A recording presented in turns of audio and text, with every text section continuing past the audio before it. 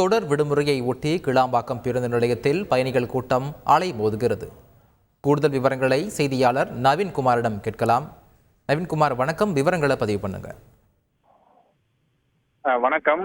நாளை சனிக்கிழமை, நாளை மறுநாள் ஞாயிறு என வார இறுதி நாட்கள் விடுமுறையும், அதே போல செவ்வாய்க்கிழமை அன்று மிலாது நபி விடுமுறையும் இருப்பதன் காரணமாக சென்னையில் வசிக்கக்கூடிய பொதுமக்கள் தங்களுடைய சொந்த ஊர்களுக்கு செல்கின்றனர். இதன் காரணமாக தமிழக அரசு சார்பில் கிளாம்பாக்கம் கலைஞர் நூற்றாண்டு பேருந்து நிலையத்திலிருந்து தமிழகத்தின் பல்வேறு பகுதிகளுக்கு சிறப்பு பேருந்துகளை இயக்கி வருகின்றனர். இந்த நிலையில் இந்த பயணிகளின் கூட்டம் தற்போது கிளாம்பாக்கம் பேருந்து நிலையத்தில் அலைமோதி வருகிறது. இந்த காட்சிகளை நம்மால் பார்க்க முடிகிறது.